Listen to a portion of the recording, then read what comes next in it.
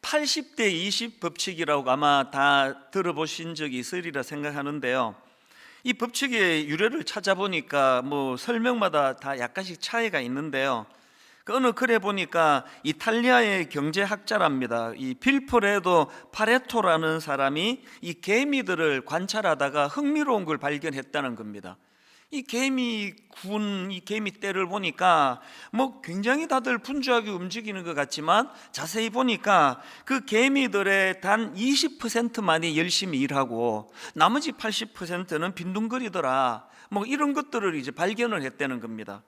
그래서 이제 이 파레토라는 이 경제학자가 이걸 인간 사회에도 적용을 시켜가지고 이제 80대 20 법칙을 만들었다, 이런 글을 봤는데 또 다른 글에도 보니까 유래가 또 확실치는 않은 것 같습니다. 어쨌든 유래가 어떻게 되었든지 간에 제가 이 80대 20 법칙에 대하여 참 흥미를 느끼는 게 뭐냐면은 이게 워낙 다양한 영역에서 이게 적용이 되더라는 겁니다.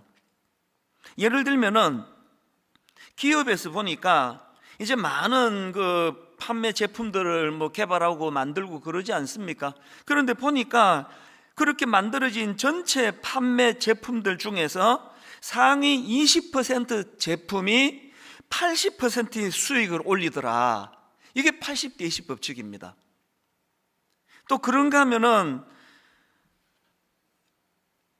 백화점 같은 데서 보니까 상위 20%의 소비자가 전체 매상의 80%를 차지하게 만들더라.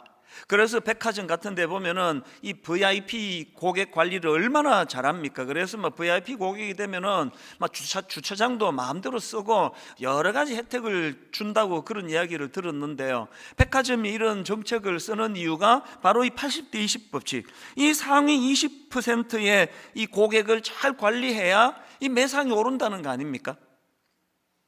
그리고 또 흥미로운 게 뭐냐 하면은 각 개인이 말입니다. 이 성과의 80%는 근무 중 가장 집중한 20% 시간 안에서 나오더라는 겁니다. 이거는 그 설교 준비하는 입장에서 되게 좀 공감이 돼요. 하루 종일 설교한다고 붙어 앉아 있지만 사실은 그 나머지 한 80%는 그냥 끙끙거리는 시간이고요. 확 영감을 받아가지고 집중하는 거는 그 소수의 시간이거든요. 또 이게 집에 옷들도 그렇답니다. 옷이 엄청나게 많이 걸려 있지만 옷장에, 그런데 사실은 그 사람이 가지고 있는 옷 중에서 즐겨 입는 옷은 20%에 불과하다는 겁니다. 이제 곧 우리 교회 지금 그 헌옷까지 모집할 때 그 80%서 다 갖고 오세요. 그 입지도 않은 옷들이. 이게 80대 20 법칙입니다. 또 그런가 하면은 그 교통위반도 그렇답니다. 20%의 불량 운전자가 전체 교통위반의 80%를 차지한다, 그런 통계를 제가 본 적도 있고요. 또 그런가 하면은 이 20%의 범죄자가 전체의 80% 범죄를 저지르고 있다, 그런 글을 제가 읽은 적도 있습니다. 사실 이 모든 통계가 공식적으로 나온 게 아니기 때문에 어느 정도 정확한 통계인지는 모르겠지만, 그러나 이 법칙이 말하는 큰 테두리의 원리는 좀 공감이 간다는 생각을 합니다. 제가 이 80대 20 법칙에 마음을 쓰게 된 거는요, 제가 이제 젊을 때 20대 초반에 미국으로 이민을 갔을 때 먼저 이민 가신 분들이 미국 사회를 설명하면서 이 비슷한 이야기를 여러 번 제가 들었기 때문입니다. 예를 들면 이렇게 말씀하시는 분이 계시더라고요. 지금만 미국이 타락하고 마약하고 또 성적으로 이거 끝간데 없이 타락하고 가정이 붕괴되고 이 미국이 지금 한심하게 변해 있는 것 같지만, 그럼에도 불구하고 미국이 여전히 이 초강대국으로 유지가 되는 건 이 20%에 깨어 있는 사람들이 그 80%를 견인하기 때문이다. 그런 이야기들을 여러 번 들었고요. 또 그런가 하면은 이제 어떤 분 이야기가 이 미국이 미국다울 수 있는 건 3%의 이 소수의 지도자들의 강력한 지도력으로 나머지 97% 미국 사람들이 이런 혜택을 누린다, 이런 유의 이야기들을 하는 분도 계시더라고요. 숫자가 중요한 게 아니고 핵심은 뭡니까? 이 80대 20을 어떻게 적용하는 겁니까? 소수의 사람들이 나머지 수많은 사람들을 이끌고 그들을 계몽하고 그들을 섬기고 그들을 돌보는 일을 행한다. 그래서 저는 오래전부터 하나님께 그런 기도를 놓치지 않습니다. 하나님, 부족한 종이지만 저는 80%에 속하지 않기를 원합니다. 아버지, 시대와 세상의 이 타락한 시대에 끌려다니는 80%의 인생이 아니라 아버지, 그들을 선도하고 그들을 섬기고 그들을 이끄는 예수 믿는 사람으로, 특히 목회자로서 아버지 20%의 인생이 되기를 원합니다. 몇 년 전에 제 아들이 고등학교를 졸업할 때 저는 한 가지 이야기를 당부했습니다. 아빠는 네가 뭐 엄청나게 명문대학을 다니고 뭐 엄청나게 고소득 수입을 올리고 어마어마한 결혼을 하고 이런 거 하나도 원하지 않는다. 그냥 아빠는 네가 이 80대 20 이야기를 들려주면서 네가 아무런 생각도 없이 사는 이 타락한 세상에 끌려다니는 80%의 인생이 아니라 이런 악한 시대를 선도하고 이끌고 그런 세상을 참 주도하는 그런 20%의 인생이 되기 원한다. 이거 하나만 기억해 주면 좋겠다. 여러분, 이건요 우리 아들 같은 이런 젊은이들만 들을 얘기가 아니고요, 예수 믿고 구원받았다 한다면 우리 모든 그리스도인들이 귀담아 들을 이야기예요. 오늘 우리가 이 세상에 대하여 사과해야 될 일이 있다면, 오늘 새세면 축제를 맞이해서 이 자리에 수많은 분들이 초대되어 왔다면 제가 머리를 숙여 사과하고 사죄를 했을 겁니다. 그 마음은 지금도 똑같습니다. 교회의 변질은 무슨 어마어마한 게 아니에요. 저절로 예수 믿었다 그러면서도 80% 안에 들어있는 걸 부끄러워하지 않는 상태, 이게 우리가 부끄러워해야 될 모습이라는 겁니다. 이런 점에서 저는 이 80대 20 법칙이 모든 그리스도인들에게 새로운 꿈을 심어주는, 이것이 새로운 20%에 대한 목표를 가져야 되는 그런 좋은 메시지를 준다고 생각을 하는데요, 이런 점에서 저는 최근에 참 좋은 책 한 권을 발견했습니다. 뉴욕 타임스 칼럼니스트로 활약하는 데이빗 브룩스라는 분이 쓴 책인데요, 두 번째 산, 이런 제목의 책입니다. 왜 제목이 두 번째 산이냐? 저자가 주장하는 게 모든 인생에게는 거쳐야 되는, 추구해야 되는 산이 두 개가 있다는 겁니다. 이 첫 번째 산이라는 거는 이 모든 사람들이 본능적으로 추구하는 산이에요. 그래서 이 첫 번째 산에 오른다는 거는 뭐 이런 겁니다. 이제 학교를 졸업하고 나는 좋은 직장에 취직하고 싶다, 나는 이제 경제적으로 부모님으로부터 독립하고 싶다, 이제 멋진 배우자를 만나 아름다운 가정을 나는 만들고 싶다, 이게 다 첫 번째 산 오르는 거래요. 이런 식으로 첫 번째 산은 자신의 정체성을 확립할 뿐만 아니라 세상에 이 자신의 족적을 남기려고 하는 이런 본능을 추구하는 산이다, 그렇게 첫 번째 산을 설명하고요, 여기에 반해서 두 번째 산은 이 첫 번째 산에서 추구하던 그런 본능적인 욕구보다 훨씬 심오한 목적을 가지고 오르는 산이 그게 두 번째 산이라는 겁니다. 그동안 자기가 추구하던 이 물질적인 성공보다, 그런 것보다는 이 내면의 성장이 더 중요하고, 그리고 자기가 추구하던 물질적인 성공, 물질적인 욕구, 이런 것들만으로는 결코 내 내면의 깊은 곳에 있는 이것을 만족시킬 수 없다, 이걸 자각하는 사람이 오르는 산이 두 번째 산이라는 겁니다. 안내 글에도 보니까 이런 내용이 있더라고요. 저자는 이제 우리가 개인의 행복, 독립성, 자율성이라는 허울 좋은 가치를 넘어 도덕적인 기쁨, 상호 의존성, 관계성을 회복할 때라고 주장한다. 지난 60년간 앞의 가치들을 지나치게 강조해온 결과 공동체는 해체되고 개인들 사이의 결속은 끊어지며 외로움은 확산되었다는 것이다. 그래서 이 책의 부제가요, 삶은 혼자가 아닌 함께의 이야기다. 이 짧은 한마디지만 참 많이 와닿더라고요. 삶은 혼자가 아닌 함께의 이야기다. 이런 이 책의 부제가 말해주듯이 이제 이 문화적인 패러다임의 무게중심이 이 개인주의라는 첫 번째 산에서 벗어나서 이 관계주의라는 두 번째 산으로 이동해야 된다, 뭐 이런 내용을 다루고 있는 책인데요, 저는 이번 추석 동안에 이 책을 막 밑줄을 그어가면서 그렇게 이 책을 참 재밌게 읽었습니다. 근데 여기서 중요한 게 뭐냐면은 이 첫 번째 산이 있고 두 번째 산이 있는데요, 이 첫 번째 산에서 두 번째 산으로 오르는 과정에서 반드시 고통의 골짜기가 있다는 겁니다. 고통의 골짜기. 저도 예전에 한참 등산할 때 월요일이면은 이 교회 앞에 바로 산 있지 않습니까? 여기서 출발해 가지고 남한산성까지 가는데 편도 한 5시간이 걸리거든요. 그리고는 이제 내려가서 거기서 이제 차를 타고 집으로 오고 그렇게 월요일마다 했는데요, 여기서 남한산성까지 가려면 산을 한 3개, 4개를 넘습니다. 그런데 첫 번째 산을 넘어서 두 번째 산으로 진입하려면 반드시 산을 내려와 골짜기를 거치거든요. 여기서 차가 내가지고 저자가 하는 말이 첫 번째 산을 넘어 두 번째 산으로 가는 과정에 반드시 이런 고통의 골짜기가 있다는 겁니다. 그 책의 설명을 한번 들어보십시오. 어떤 사람들은 전혀 예상하지 못했던 일을 만나 예기치 않게 옆길로 빠진다. 자식의 죽음, 암, 투병, 약물 중독과 거기에서 벗어나기 위한 힘겨운 싸움 같은 비극이 이들을 강타한다.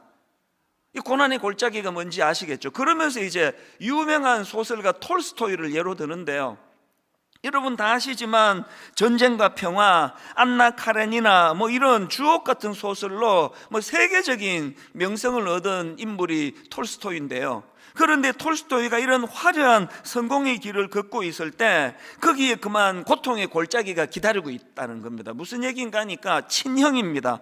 그 니콜라이라는 형이 37살 되던 나이에 폐결핵으로 사망을 하는데요, 유난히 형제 우애가 돈독했는지 이 톨스토이가 그 형의 죽음으로 말미암아 거의 자기 표현으로 그 인생이 멈추어 버렸다, 이렇게 표현할 정도로 충격에 휩싸이는 겁니다. 그게 책에서 말하는 고통의 골짜기인데요, 그 충격이 얼마나 컸던지 내용에 이런 내용이 있더라고요. 그는, 톨스토이입니다, 그는 방에 있던 끈이란 끈은 모두 치워버렸다. 혹시라도 자기가 목을 메고 자살을 시도할지 몰라서였다. 사냥총도 자살 도구가 되지 않도록 멀리 치웠다. 어느 정도의 절망인지 아시겠죠? 여러분, 지금 막 사람들은 톨스토이를 열광하고 대단한 사람이라고 떠받들고 하는데 본인은 그 모든 것들이 아무 의미가 없이 허무한 거예요. 아무리 명성을 얻으면 무슨 소용이 있습니까? 그 모든 것이 허무한데, 이게 고통의 골짜기입니다.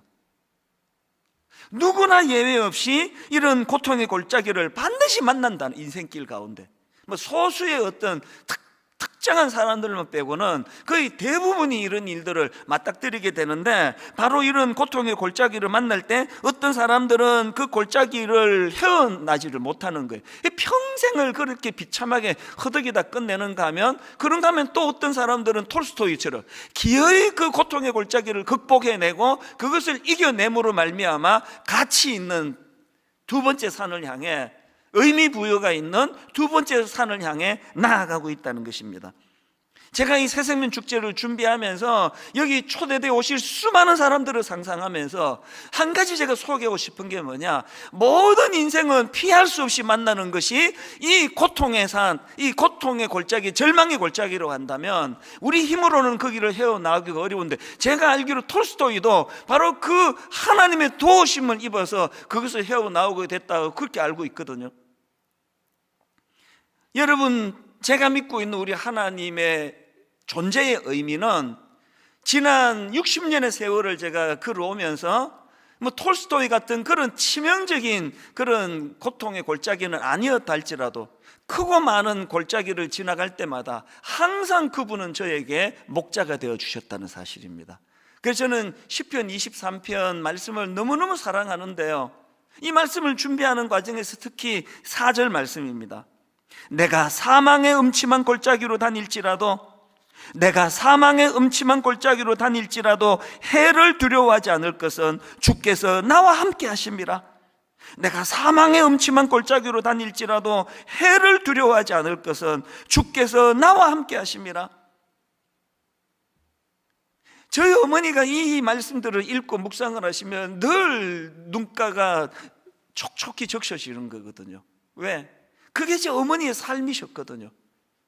내가 사망의 음침한 골짜기로 다닐지라도 해를 두려워하지 않을 것은 주께서 나와 함께 하심이라. 주의 지팡이와 막대기가 나를 안위하시나이다.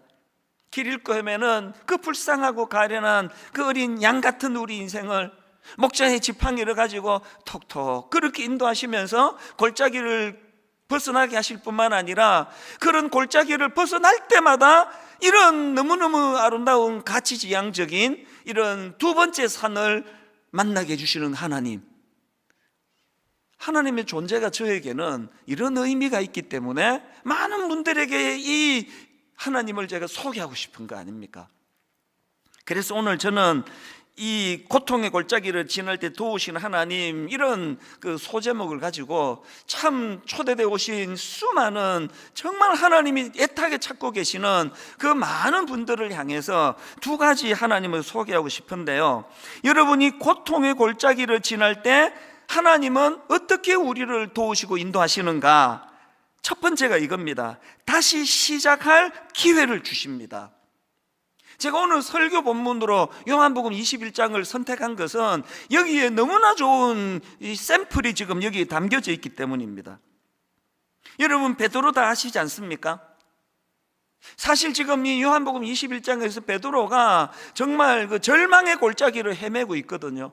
오죽하면은 나 이제 옛날로 돌아갈란다, 그 어부 고기 잡아 밥 먹고 살던 그때로 난 돌아갈 거라고. 이 배경이 어떻게 됐냐 하면은 여러분 다 아시지만 베드로는 예수님의 제자, 그것도 너무 사랑을 많이 받던 제자인데요, 제자로서 절대 해서는 안 되는 배신을, 그것도 예수님이 지금 십자가를 지시는 과정에서 가장 베드로의 위로가 필요한 그 상황에서 자기도 잡혀갈까 봐 그렇게 예수님을 3번씩이나 부인하는 짓을 저질렀거든요. 그리고는 그것이 베드로에게 슬럼프를 가져다 줘서 너무나 낙심되고 절망된 골짜기를 지금 거닐고 있는데, 이 본문 요한복음 21장에서 예수님은 베드로를 찾아가세요. 왜? 그에게 다시 시작할 기회를 주시기 위해 가지고. 저는 이 본문 말씀을 여러 번 읽으면서 그 찾아주신 주님의 마음이 제 마음을 격동을 시켰습니다. 어느 포인트에서 제가 유난히 마음이 뭉클했는가 하면은요, 자, 오늘 본문 요한복음 21장 15절부터 한번 보십시오. 그들이 조반 먹은 후에 예수께서 시몬 베드로에게 이르시되 요한의 아들 시몬아, 내가 사람들보다 나를 더 사랑하느냐 하시니 이르되 주님 그러하나이다. 내가 주님을 사랑하는 줄 주님께서 아시나이다. 그랬더니 하시는 말씀이 이르시되 내 어린 양을 먹이라. 이 뜬금없는 이야기처럼 들리는 거 아닙니까? 그것도 한 번이 아니고 3번씩이나. 16절 또 두 번째 이르시되 요한의 아들 시몬아, 내가 나를 사랑하느냐 하시니 이르되 주님 그러하나이다. 내가 주님을 사랑하는 줄 주님께서 아시나이다. 또 똑같은 말씀을 하세요. 이르시되 내 양을 치라. 17절 세 번째 이르시되 요한의 아들 시몬아, 내가 나를 사랑하느냐 하시니 주께서 3번째 내가 나를 사랑하느냐 하심으로 베드로가 근심하여 이르되 주님 모든 것을 아시오매 내가 주님을 사랑하시는 줄을 주님께서 아시나이다. 예수께서 이르시되 내 양을 먹이라. 제가 이 구절에서 이번에 유난히 크게 발견한 것은 지금 주님께서는요, 베드로의 과거를 캐묻지 않으신다는 거예요. 지나가는 말로라도 니 그때 그런 건 내가 다 이해한다, 이런 이야기조차도 안 하세요. 지금 주님의 관심은 항상 베드로의 미래예요.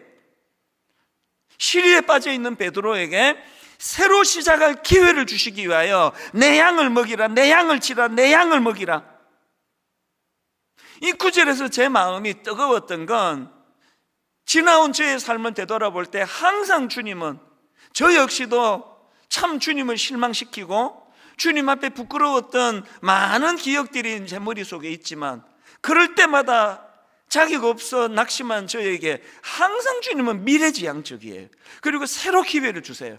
괜찮다, 새로 시작해라. 다윗도 마찬가지 아닙니까? 하나님의 사람으로서 여러분, 사람을 죽이고 유부녀를 성적으로 죄를 짓고 한 가정을 파괴시키고, 이게 용서받을 죄입니까? 이게 용서받을 수 있는 죄입니까? 이런 베드로의, 이런 다윗에게 주님은 선지자 나단을 보내 처절하게 그것이 얼마나 악한 것인가를 깨닫게 하시고, 그리고는 막 자기 자신을 인식했을 때 견딜 수 없어. 뭐 상상해 보면 다윗이 막 떼굴떼굴 막 굴렀을 것 같아요. 억장이 무너지는 마음으로 그렇게 회개하게 하신 거는 베드로의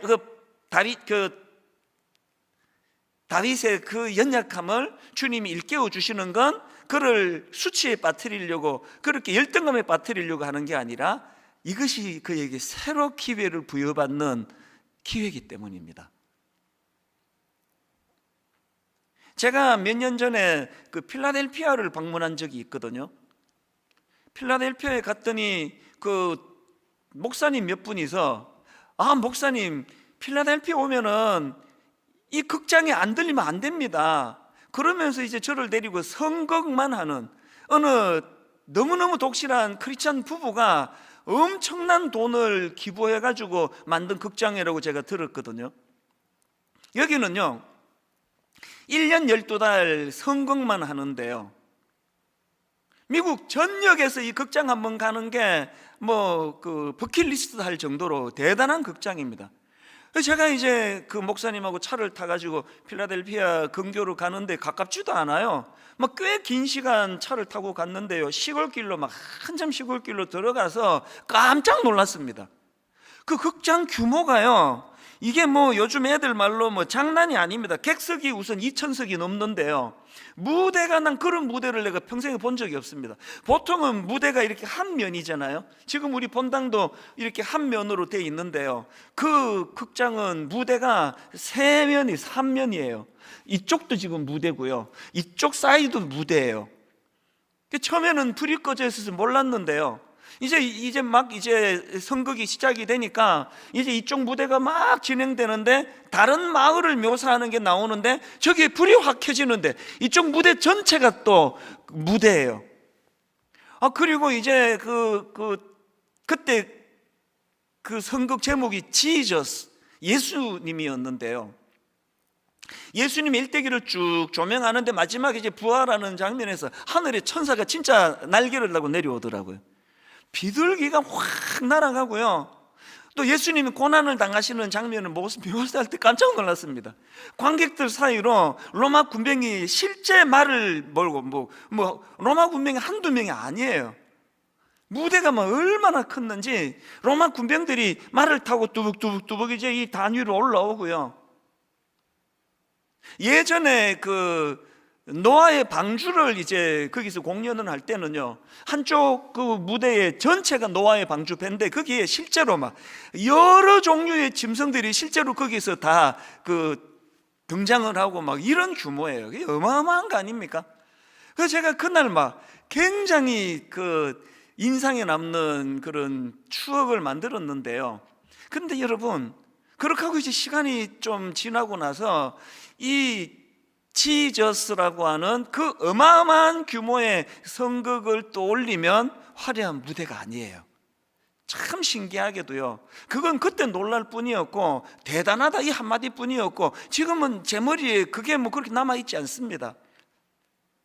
몇 년의 세월이 지나고 그 성극에서 남아있는 건 딱 그 포스터 한 장인데요, 여러분 지저스라 그래서 제 기억으로 그때 한 3시간 가까이 엄청 긴 공연인데요, 예수님의 태어나심부터 십자가 지시고 부활하시는까지 전체를 다 있는 그 성극인데요, 그 전체 성극의 포스터가 너무나 인상적이었습니다. 베드로가 그 밤사경에 예수님이 그 고통당하는, 풍랑으로 고통당하는 제자들을 건지러 주님이 오시는데요, 그 과정에서 이제 베드로가 만일 주시거든 나를 명하사 물 위로 오라 하소서, 그래서 이제 물로 뛰어들었다가 풍랑을 보고 현실 앞에 믿음이 약해져 가지고 빠져버리잖아요. 그랬을 때 예수님이 그를 손을 내밀어 건져주시는 장면이 나오는데, 놀랍게도 3시간 가까운 예수 그리스도를 묘사하는 전체를 요약하는 포스터가 바로 그 장면인 거예요. 그래서 제가 사진을 찍었는데요,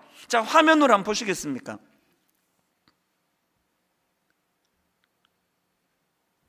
저 손을 보니까요, 지금 물에 빠져있는 베드로를 예수님께서 움켜쥐고 계세요. 저 장면이 뭘 의미하겠습니까? 큰 화면으로 다시 한번 보여주시겠습니까? 뭘 의미합니까? 베드로가 힘이 빠져서 손 놓아도 괜찮아요. 왜? 주께서 잡고 계시니까, 꽉 붙잡고 계시니까. 보통 이제 제가 어디 집회를 가거나 하면은요, 저를 이제 상징하는 사진을 이제 뭐 포스터 같은 데 만들 때 보면은 거의 대부분이 그 설교하는 이런 사진을 올려요. 제가 축구를 좀 하거든요. 공도 좀 넣고요. 옛날 말이지만. 근데 축구를 그렇게 좋아하는데요, 어떤 교회에서도 공 넣는 이찬수 사진을 붙이는 걸 본 적이 없습니다. 그건 제 특징이 아니에요. 저를 한마디로 요약하라 그런다면 설교하는 목사거든요. 지금 3시간 가까운 예수 그리스도를 전체적으로 펼치고 있는 그 성극에서 왜 저 사진을 강력한 주님을 묘사하는 특징으로 그렸을까? 시간이 갈수록 저 사진이 제가 찍어왔기 때문에 한 번씩 이걸 제가 사진을 들여다보거든요. 뭘 강조하고 싶은 겁니까? 믿음이 없어, 처음에 믿음이 있어 물로 뛰어들었다가 환경을 보고 상황을 보고 믿음이 떨어져 버려가지고 상황 앞에 물에 빠진 베드로를 건져주시는 주님, 다시 기회를 주시는 주님. 오늘 본문에서 그렇게 주님을 배신하고 부인하고 절망의 골짜기를 헤매고 있는 베드로를 찾아주시는 주님, 그에게 다시 기회를 주시는 주님, 이게 구원자로서 우리에게 가장 강력한 주님의 특징이라는 것을 저는 저 사진으로서 계속 되뇌이는 거거든요. 이 베드로와 너무나 대조적인 인물이 가룟 유다 아닙니까? 예수님이 십자가 지시는 그 과정에서 치명적인 악한 짓을 저질렀던 두 사람이 베드로와 가룟 유다인데, 이 두 인물이 너무 대조적인 거 아닙니까? 베드로는 주님을 통해 다시 시작하는 법을 배워서 이후에 너무나 멋지고 아름다운 그런 사도로서의 역할을 잘 감당하는 베드로인데요, 여기 반해 가룟 유다는 자살했습니다. 사실대로 말하면은 그 예수님을 배신하고 팔려는 그 과정에서요, 주님이 베드로보다 가룟 유다에게 훨씬 많은 기회를 주셨습니다. 여러 번 회개할 기회를 직간접적으로 주는데 다 거절한 거 아닙니까? 그리고는 맨 마지막에 주님을 배신한 이후로는 아예 관계를 끊어버렸기 때문에 가룟 유다는 다시 기회를 얻을 수 없게 된 거 아닙니까? 제가 위로를 받는 건요, 주님이 어떤 선을 그어놓고요, 이 정도까지는 내가 용서해 줄 수 있는데 이건 곤란해, 가룟 유다 너는 이건 용서가 안 되는 짓이야, 이게 아니에요. 우리가 지었던 죄의 범위가 아니에요. 그 사진을 보면서, 손을 뻗어주시는 주님을 보면서 그날 베드로가 빠졌던 물의 깊이의 문제가 아니에요. 이 깊이로는 치명적이다 이런 거 없습니다. 손을 뻗어주시는 게 초점이거든요. 여러분, 물에 빠져 지금 허덕이는데, 아니 여러분 지금 고난의 골짜기를 지금 너무나 힘들게 허덕이고 계시는데 그 뻗어주시는 손을 붙잡는 게 이게 그렇게 어려운 일이세요? 여러분, 이게 그렇게 힘든 일 아니잖아요. 저희 가정이, 또 제가 그걸 경험했다고 지금 말씀을 드리는 거 아닙니까? 다시 기회를 주시는 주님. 그런가 하면은 두 번째로, 우리가 이 인생의 길 가운데 고통의 골짜기를 지날 때 하나님은 어떤 일을 행하시는가? 새로운 의미 부여의 삶을 도우신다는 겁니다. 우리가 고통의 골짜기에 빠질 때마다 이걸 기억하셔야 됩니다. 내가 어떤 새로운 고난이 찾아왔다, 코로나19가 나를 엄습했다, 지금 하나님은 내 인생에 새로운 의미를 부여하고 계시는 겁니다. 저는 오늘 본문에서 그 아주 흥미로운 거 이번에 새롭게 하나 발견을 했는데요, 그게 뭐냐? 자, 15절을 다시 한번 보십시오. 본문 15절.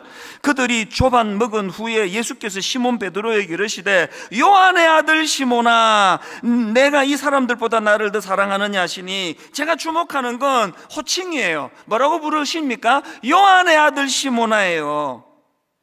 사실 여러분, 이 시몬이라는 이름은요, 베드로가 예수님 만나기 전에 불리우던 이름이에요. 그런데 주님 만나고 이름을 바꾸어 주셨습니다. 자, 요한복음 1장 42절에 베드로가 예수님 처음 만날 때의 장면입니다. 데리고 예수께로 오니 예수께서 보시고 이르시되 내가 요한의 아들 시몬이니 장차 게바라 하리라 하시니라. 게바는 번역하면 베드로라. 아니, 지금 예수님께서 왜 시몬이라고 부르시느냐고요. 그거 옛날 이름인데. 이거에 대하여 여러 해석들이 있는데요. 예를 들면은 BST 주석을 쓴 브루스 밀런 목사님 같은 경우는 이렇게 해석합니다. 예수님이 그를 반석이라는 의미를 가진 베드로라는 이름으로 부르지 않는 것을 주목해보라. 그는 그의 이름에 걸맞는 삶을 살지 못했던 것이다. 예수님은 새로운 방식으로 베드로에게 그리스도의 지도력을 위임하시기 위해 한계를 지닌 그의 모습 그대로 그와 대면하신다. 시몬은 자신이 힘으로는 언제나 시몬일 수밖에 없을 것이다. 저는 브루스 밀턴 목사님의 분석을 100% 제가 이것을 취합니다. 맞습니다. 여러분, 베드로는 베드로라는 이름답지 못한 삶을 살았거든요. 그러나 저는 그 해석에 그치지 않습니다. 이것이 저에게 왜 감동이 되는지 아십니까? 지금 예수님께서 베드로라 부르지 않고 시몬이라고 부르시는 것은 그를 책망하기 위한 게 아니에요. 이 자격을 잃어버린 놈, 원점으로 되돌아가 버린 놈, 나 만나기 이전으로 돌아간 놈, 이거가 강조가 아니에요. 저는 이 장면에서 베드로라 부르지 않고 시몬으로 부르시는 그 모습을 보면서 저는 등산을 좋아하니까요. 이런 길 가다가 등산, 동네 산 가다가 길 잃어버리면 아무 때나 가면 돼요. 나와요. 그러나 여러분, 진짜 심오한 산을 등산하면은 길 잃어버리면 항상 원점으로 가라는 거 아닙니까? 원점으로. 지가 찾아보겠다고 그 100% 조난이에요. 주님이 지금 시몬이라고 불러주시는 건 그의 수치를 드러내기 위하신 게 아닙니다. 다시 시작하라는 거예요. 원점에서 시작하게 해주시겠다는 거예요. 의미를 새로 부여해 주시겠다는 겁니다. 무슨 의미를 부여해 주신다고요? 아까 말씀하셨잖아요. 내 양을 먹이라고, 내 양을 치라고.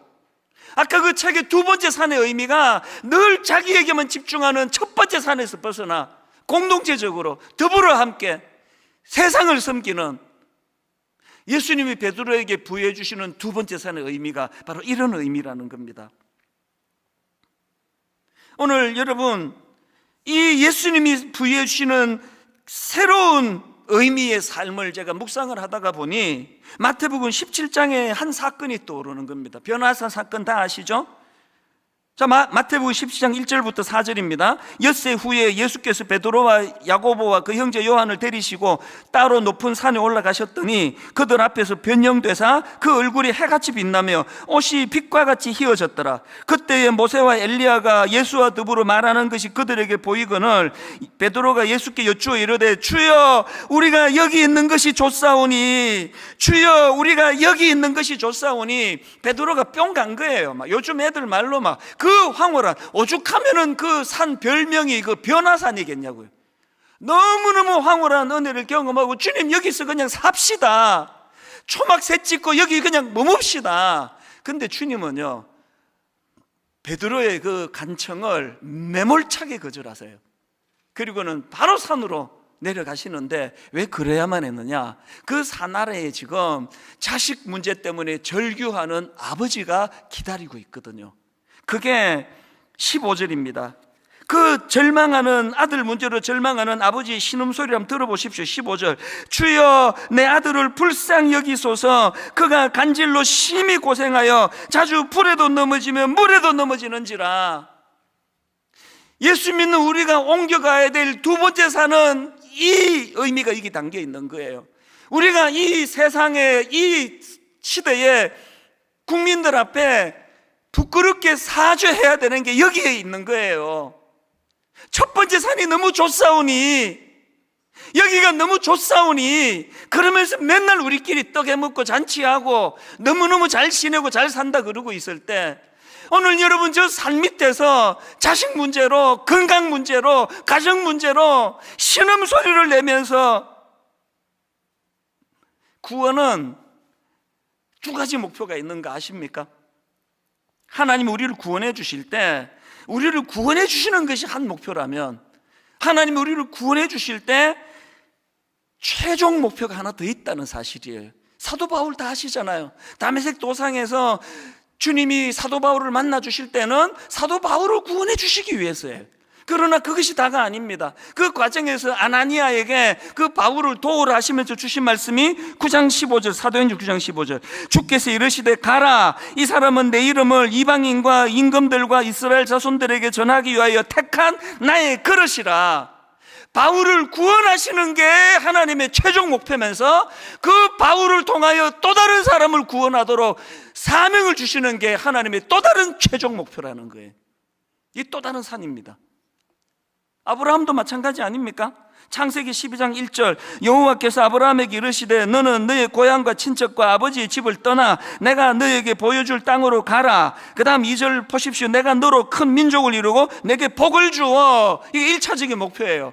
하나님은 아브라함에게 복 주시기를 원하세요. 내게 복을 주어. 그 다음에 너 이름을 창대하게 하리니 너는 복이 될지라. 복의 통로가 되라는 거 아닙니까? 복의 전달자가 되라는 거 아닙니까?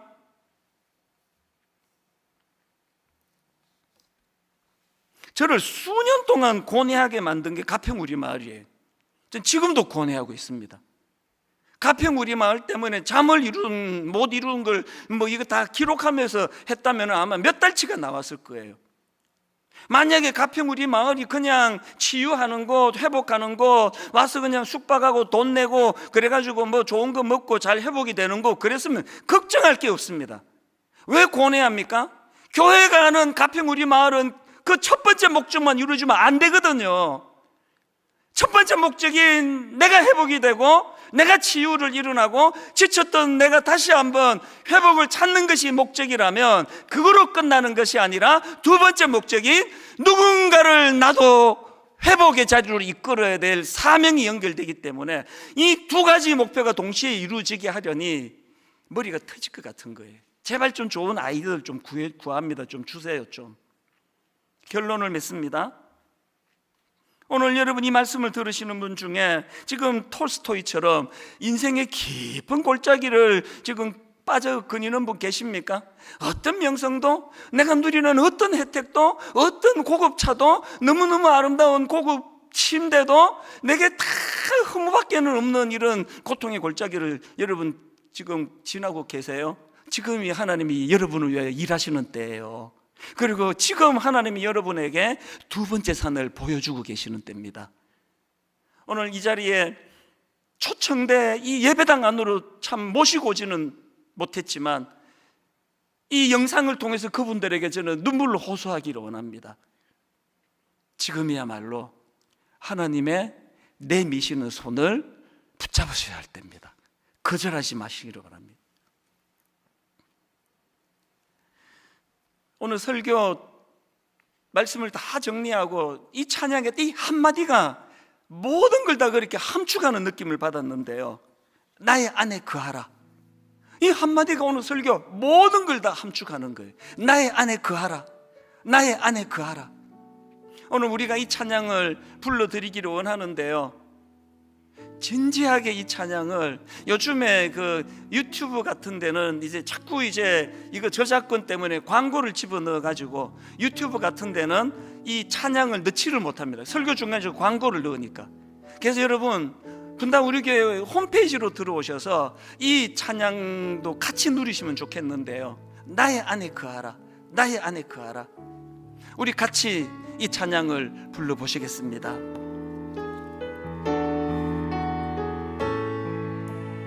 나의 안에 거하라. 나는 내 하나님이니 모든 환난 가운데 너를 지키는 자라. 두려워하지 마라. 내가 너를 도와주리니 놀라지 말라.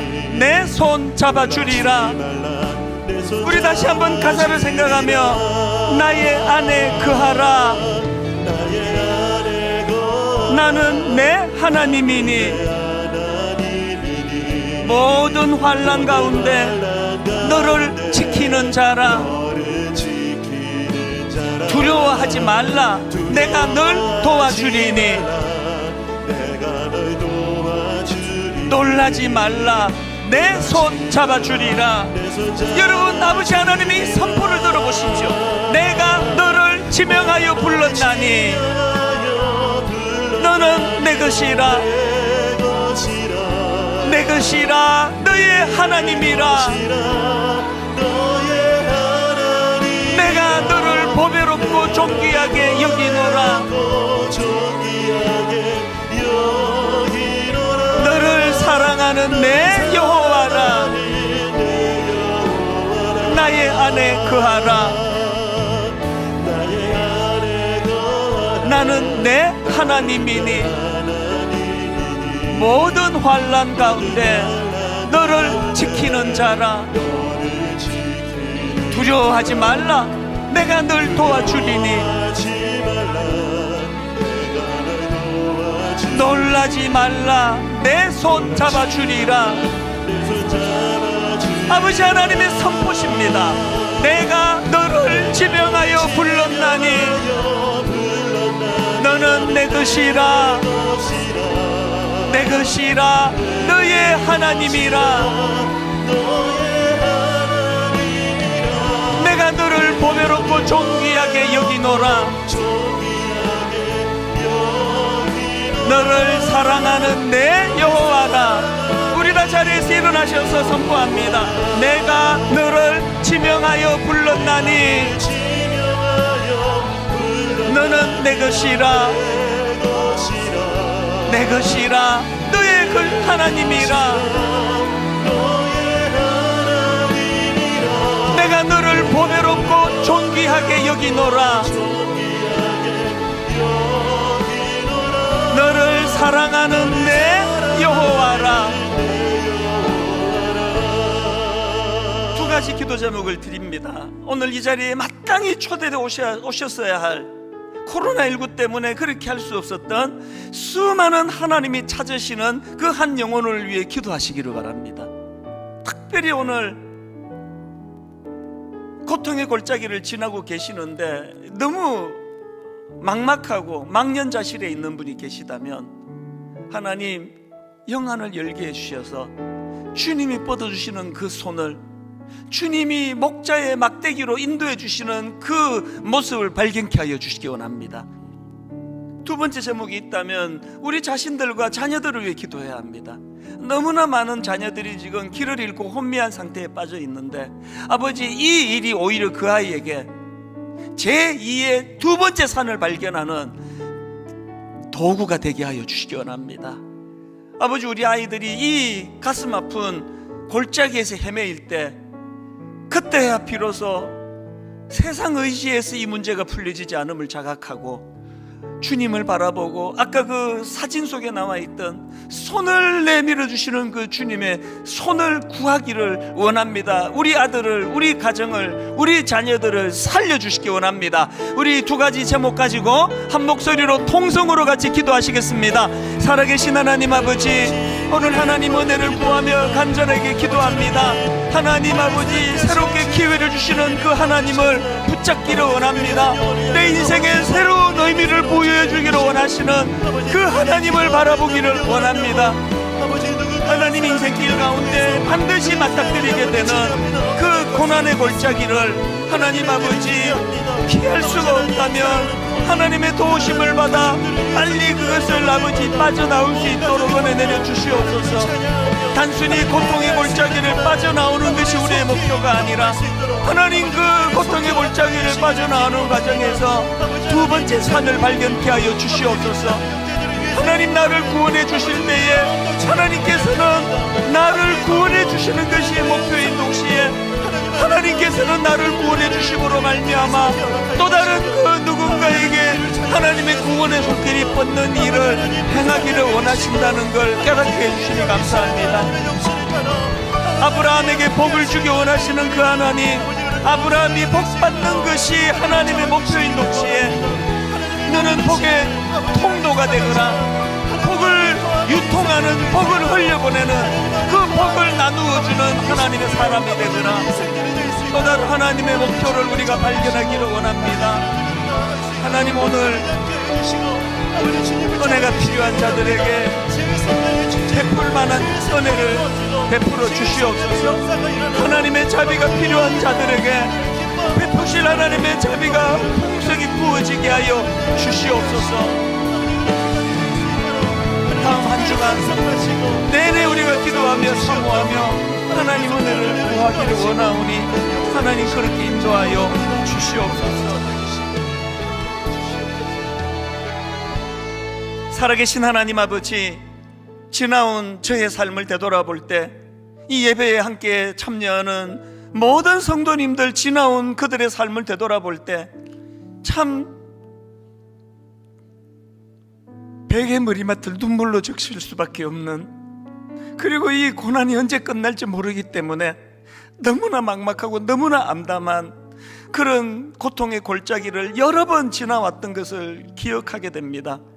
오늘 하나님, 그 고비고비를 잘 넘기고 이 자리에 종이 설 수 있게 된 것은 그때마다 뻗어주시는 주님의 손이 있었기 때문이고, 그 손을 잡을 때 다시 한번 회복의 길로 인도해 주실 뿐만 아니라 하나님 그 주님의 인도하심으로 두 번째 산으로 진입할 수 있는 은혜를 주셨던 것을 기억합니다. 오늘 이 예배당 안에 초청돼 함께 예배를 드렸어야 될 수많은 태신자들, 우리가 품고 기도하는 영혼들이 있는데 코로나19라는 현실 때문에 비록 이 자리에 함께 초청하지는 못한다 할지라도 어떤 방법으로든 하나님 그들을 만나 주시기를 원합니다.